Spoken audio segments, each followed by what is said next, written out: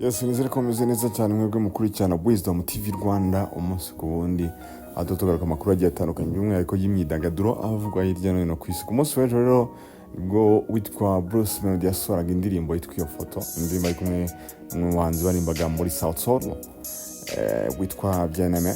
Mwabizi cyane mwakurikiranye inkuru ye hano mu minsi yashize tugiye Kanombe kumufata, yaraje gukora amashusho y'iyo ndirimbo. Indirimbo yatunguye abantu ko igaragaramo witwa Bruce Melody cyangwa se Iwacu asa naho akurura ishanga y'umukobwa cyangwa se asa naho yigana ya foto ya Ben.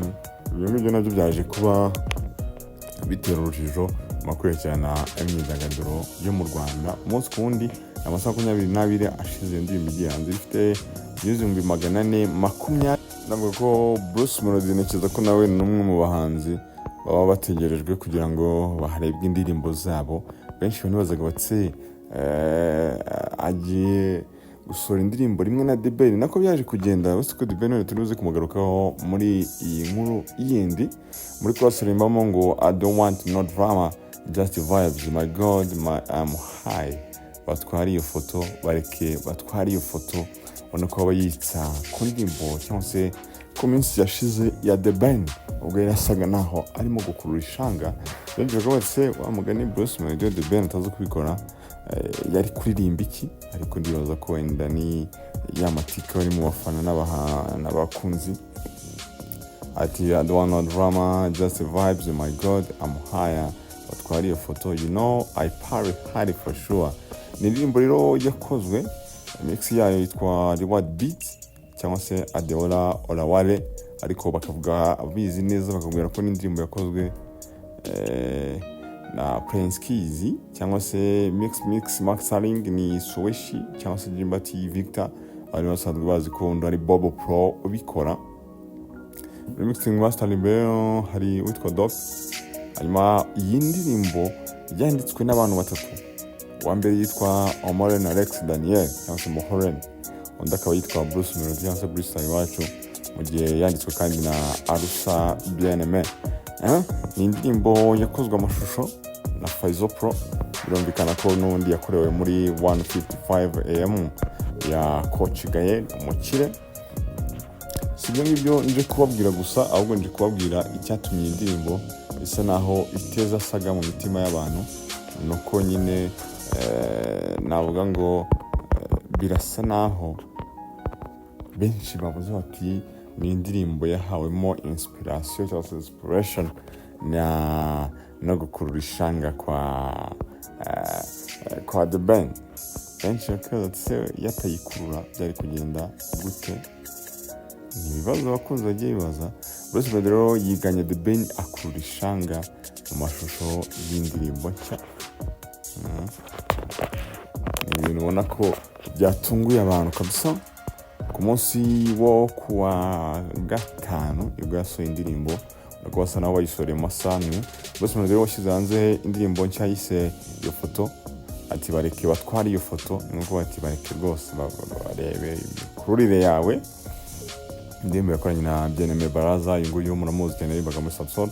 Amashusho yayo yagaragaye akora ibyo The Ben aherutse gukorera mu karere ka Musanze, akorakora umukobwa mu rukenyerero, byiswe ko yari gukurura ikariso. Nubwo we yaje kubihakana akavuga ati oya, cyangwa se abari hafi ye cyangwa se n'abariyo baje kuvuga bati ntago ari ikariso yakururaga ahubwo ni shanga ari gukora ku ishanga uwo mukobwa yari yambaye. Indirimbo kandi yari itegerejwe na benshi, igaruka ku nkuru za hato na hato zikorwa ku byamamare, ari neza zivuga ku bikorwa bakoze bifatwa nk'ibigayitse.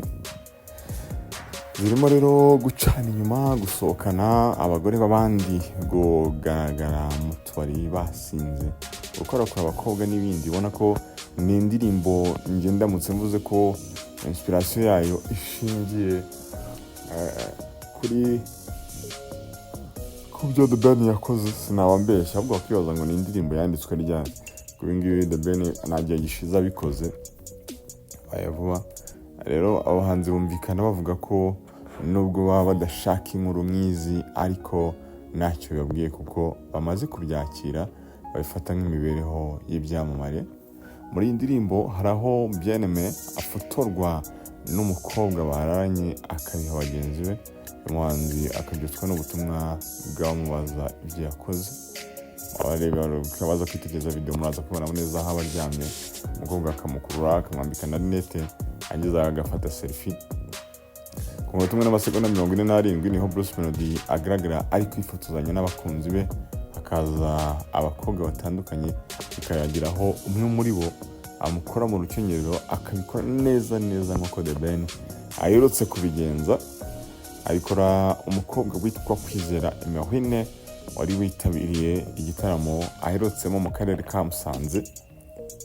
Iyi inkuru rero yasakaye ku mbuga nkoranyambaga, nubwo The Ben nta kintu na kimwe arabivugaho. Benshi mwabonye amashusho bavuga ko uyu muhanzi yafashe uyu mukobwa akarengera akageraho amukurura umwenda w'imbere. Murabizi byateye saga nyinshi cyane, bavuga bati ntabwo bikwiye umuntu wubatse kuba aca inyuma kamera, kuba akurura imyenda y'imbere y'abandi. Saga zibasaga, ariko nyine birangiye dore ko nta nkuru mu myidagaduro imara kabiri. Nubwo rero Kwizera Emeline yabyamaganiye kure, avuga ko atari uko byagenze. Nubwo yavuze ko mu by'ukuri uyu muhanzi atamukuruye umwenda w'imbere, ahubwo byatewe n'amasaro yari yambaye mu rukenyerero.